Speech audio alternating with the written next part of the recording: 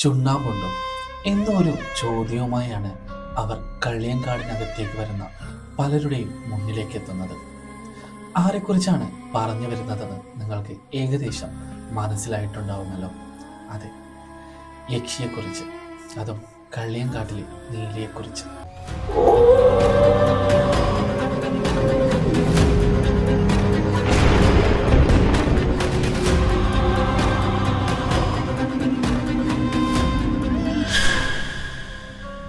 ഈ കഥകളെല്ലാം വിശ്വസിക്കുന്നവരെ നമ്മൾ അന്ധവിശ്വാസികളെന്ന് വിളിക്കും. എന്നാൽ ഇതിനൊക്കെ തെളിവ് ലഭിച്ചാൽ നമ്മൾ അവയെ ചരിത്രമെന്നും വിളിക്കും. അസമയമായാൽ ആ വഴിയിലൂടെ ആരും തന്നെ പോവാറില്ല. അതിന് കാരണം കള്ളിയങ്കാട്ട് നീലയെ പേടിച്ചിട്ട് തന്നെയായിരുന്നു. അത്രയ്ക്ക് പ്രിയമായിരുന്നു നീലയ്ക്ക് മനുഷ്യരക്തവും മനുഷ്യമാംസവും. ഇരകൾ ആരെങ്കിലും കയ്യിൽ കിട്ടിയാൽ പിന്നെ കരിമ്പനയ്ക്ക് താഴെ നിന്നും നഖവും മുടിയും മാത്രമേ ലഭിച്ചിരുന്നുള്ളൂ. എന്നാൽ ഇത്രയ്ക്ക് വലിയ ഒരു ദുരാത്മാവായി മാറണമെങ്കിൽ നീലയ്ക്ക് പിന്നിൽ ഒരു വലിയ കഥയുണ്ടാവും. ആ കഥ നമുക്ക് പറയാം. പഴകന്നൂർ ദേശത്ത് വാണിരുന്ന ഒരു ദേവദാസി ഉണ്ടായിരുന്നു. അവളുടെ പുത്രിയായിരുന്നു അല്ലി. അല്ലിക്ക് അതീവ സൗന്ദര്യമായിരുന്നു. ആ സമയത്തൊക്കെ അല്ലിക്ക് ഒരുപാട് കല്യാണാലോചനകൾ വരുമായിരുന്നു. എങ്കിൽ അല്ലിക്ക് താല്പര്യം ആ നാട്ടിലെ തന്നെ ശിവക്ഷേത്രത്തിലെ പൂജാരിയായ നമ്പിയായിരുന്നു. എന്നാൽ നമ്പിക്ക് അല്ലിയോട് പ്രണയമൊന്നും തോന്നിയിരുന്നില്ല. നമ്പിക്ക് താല്പര്യം അല്ലിയുടെ സ്വത്തുക്കളിലും അവളുടെ സ്വർണ്ണാഭരണങ്ങളിലുമായിരുന്നു. എങ്കിലും അല്ലിയുടെ താല്പര്യപ്രകാരം നമ്പിയുമായുള്ള കല്യാണം കഴിഞ്ഞു. നമ്പിക്ക് അല്ലിയോട് സ്നേഹമില്ല എന്നും സ്വത്തുക്കളിലാണ് നമ്പിയുടെ കണ്ണു മുഴുവനെന്നും മനസ്സിലാക്കിയ കാർവേണി നമ്പിയെ ആ വീട്ടിൽ നിന്നും പുറത്താക്കി. അതിൻ്റെ കൂടെ തന്നെ അല്ലിയും ഇറങ്ങിപ്പോയി. ഒരുപാട് ദൂരം ചെന്നപ്പോൾ അല്ലിക്ക് വല്ലാത്ത ക്ഷീണം തോന്നി. അല്പസമയം ഇരിക്കാമെന്ന് പറഞ്ഞ് അവർ രണ്ടുപേരും ആ കാടിന് നടുവിലെ ഒരു മരത്തിന് താഴെയിരുന്നു. ക്ഷീണത്തിന്റെ മയക്കം കൊണ്ട് അല്ലി നമ്പിയുടെ മടിയിൽ തലവെച്ചുറങ്ങി. ആ സമയം നമ്പി തനിരൂപം പുറത്തെടുത്തു. അല്ലിയെ അതിക്രൂരമായി ഒരു കല്ലുകൊണ്ട് അടിച്ചു കൊന്നു. അതിനുശേഷം അല്ലിയുടെ സ്വർണ്ണാഭരണങ്ങളെല്ലാം എടുത്ത് അവിടെ നിന്നും കടന്നു കളഞ്ഞു. എന്നാൽ അധികം വൈകാതെ തന്നെ സർപ്പദംശനമേറ്റ് നമ്പിയും കൊല ചെയ്യപ്പെട്ടു.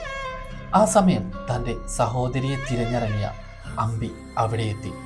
ഈ കാഴ്ച കണ്ട് അവനും അടുത്തിരുന്ന കല്ലിൽ തല തല്ലി മരിച്ചു. അതിനുശേഷം അല്ലിയും അമ്പിയും കൂടെ ഒരു ദുരാത്മാവായി മാറി ആ പ്രദേശത്തെ മുഴുവൻ ശല്യം ചെയ്യാൻ തുടങ്ങി. അതുമാത്രമല്ല, ആ സമയത്താണ് ചോളരാജാവിന്റെ മക്കളായി അമ്പിയും അല്ലിയും പുനർജനിക്കുന്നത്. അവരെ അവർ നീലനും നീലിയും എന്ന് പേര് വിളിച്ചു. എന്നാൽ അവരുടെ ജനനശേഷം ചോളരാജ്യത്ത് വളരെയധികം കഷ്ടതകളുണ്ടായി.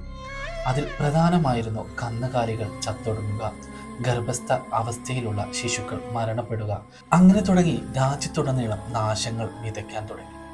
ആ സമയത്ത് നടന്ന ഒരു പ്രശ്നം വെപ്പിലൂടെ ഇതിനെല്ലാം കാരണം തനിക്ക് ജനിച്ച മക്കളായ നീലനും നീലിയുമാണെന്ന് അദ്ദേഹം മനസ്സിലാക്കി. ചോള രാജാവിന് വലുത് രാജ്യവും പദവിയുമായിരുന്നു. അതുകൊണ്ട് തന്നെ നീലിയെയും നീലനെയും അവർ കള്ളിയങ്കാടിൽ ഉപേക്ഷിച്ചു. കാടിനകത്ത് ആരും തുണയില്ലാതെ ആ കുഞ്ഞുങ്ങൾ അവിടെയും ദുരൂഹ മരണമടഞ്ഞു. മുൻജന്മത്തിലും ഈ ജന്മത്തിലും ദുർമരണം സംഭവിച്ച നീലനും നീലിയും ദുരാത്മാവായി മാറിത്തുടങ്ങി. അതിനുശേഷം ചോളരാജ്യത്തും കള്ളിയങ്കാടിന് പരിസരത്തും അവർ നാശം വിതച്ചു. ആ സമയത്താണ് നാഗർകോവിലിൽ നിന്നും ഒരു മഹാമാന്ത്രികനായ നമ്പിയെ അങ്ങോട്ട് കൊണ്ടുവന്നത്.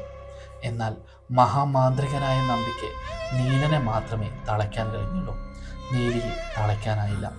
അതുമാത്രമല്ല, നീലിയുടെ കൊടും ശക്തി കാരണം ആ നാഗർകോവിൽ നമ്പിയെ നീലി വധിക്കുകയും ചെയ്തു. അതിനുശേഷം കള്ളിയങ്കാട് നീലിയുടെ വാസസ്ഥലമായി. കള്ളിയങ്കാടിനകത്ത് വരുന്നവരെ കാത്ത് നീലി തൻ്റെ കൂർത്ത പല്ലുകളുമായി അവരെ കാത്തിരുന്നു. എന്നാൽ ഇതിനെല്ലാം അന്ത്യമുണ്ടായിരുന്നു. നീലിയെ തളയ്ക്കാനായി കടമറ്റത്ത് നിന്നും ഒരു മാന്ത്രികൻ പുറപ്പെട്ടു വന്നു. അത് കടമറ്റത്ത് കത്തനാർ. തന്ത്രങ്ങളും കുതന്ത്രങ്ങളും പയറ്റി കടമറ്റത്ത് കത്തനാർ നീലിയെ തളച്ചു.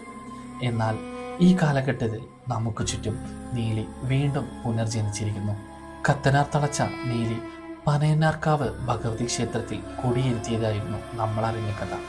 എന്നാൽ ഇന്ന് കഥകൾക്ക് മേലെ കഥകളുമായി വീണ്ടും നീലി പുനർജനിച്ചിരിക്കുന്നു. എന്നിരുന്നാലും കത്തനാർ തളച്ച നീലിയെക്കുറിച്ച് ഓർക്കാനാണ് എനിക്കിഷ്ടം. നിങ്ങൾക്കോ?